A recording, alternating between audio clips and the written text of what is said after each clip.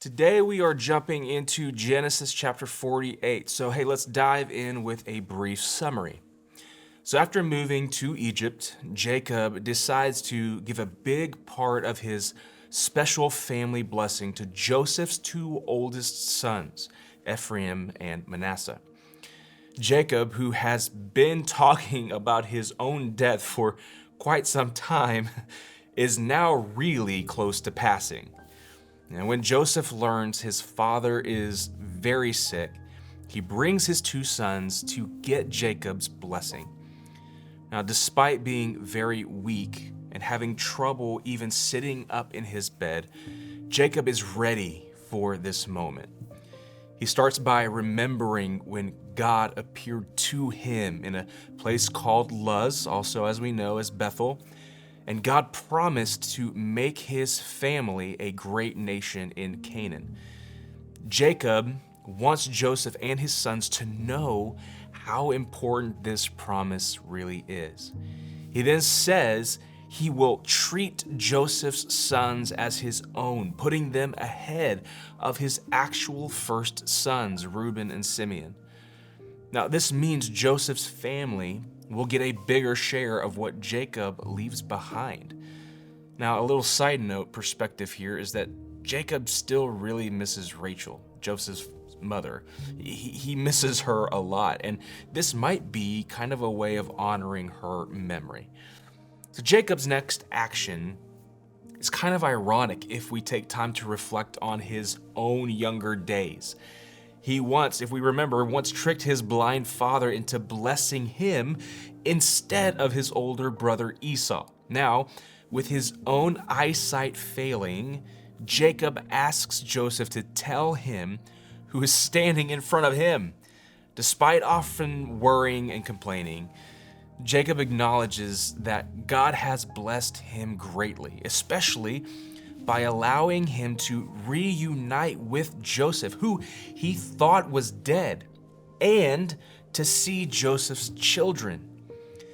Now, when it's time for the blessing, Joseph positions his sons according to tradition, expecting the older one to receive the main blessing. However, Jacob does something interesting. He crosses his hands, placing his right hand on the younger grandson's head, which again is not the usual practice.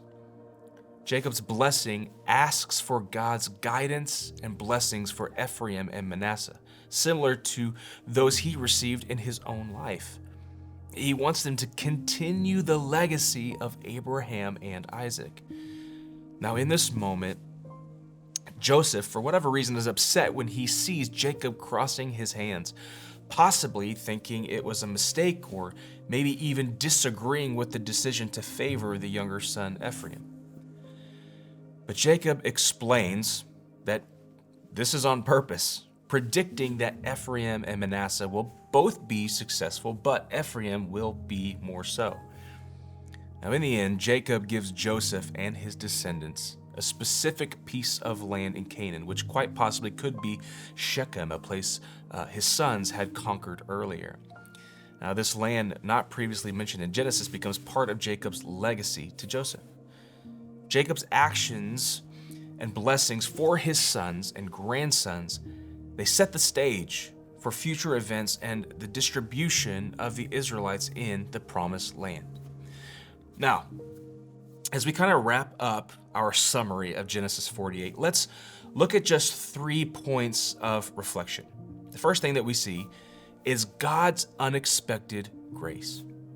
See, just as Jacob chose Ephraim over Manasseh, God often works in ways that defy our own expectations. See, his grace isn't restricted by human standards of seniority or merit. Honestly, this can be a very big encouragement to us just to simply trust in God's plan, even when it seems unconventional or a little surprising. Second thing we see is blessing others. Jacob used his final days to bless his grandsons. We see this in Genesis 48:15 through 16. Now, this reminds us of the power of our words and the importance of using them to affirm and bless others. See, we can strive to speak words of blessing and encouragement to the people in our own lives. Thirdly, we see a legacy of faith. This is one of my favorite parts. See, Jacob's faith in God was evident in his blessings, and he passed his faith down to his descendants. Honestly, this challenges you and I, all of us, to consider the spiritual legacy that we are leaving for future generations. And the question is, are we, like Jacob, passing on a strong and grounded faith in God? Genesis 48, through the lens of faith and blessings, invite us to live a life marked by trust in God's promises and the power of blessings. And as we apply these principles to our lives, we become conduits of God's grace and faithfulness to the generations that will follow.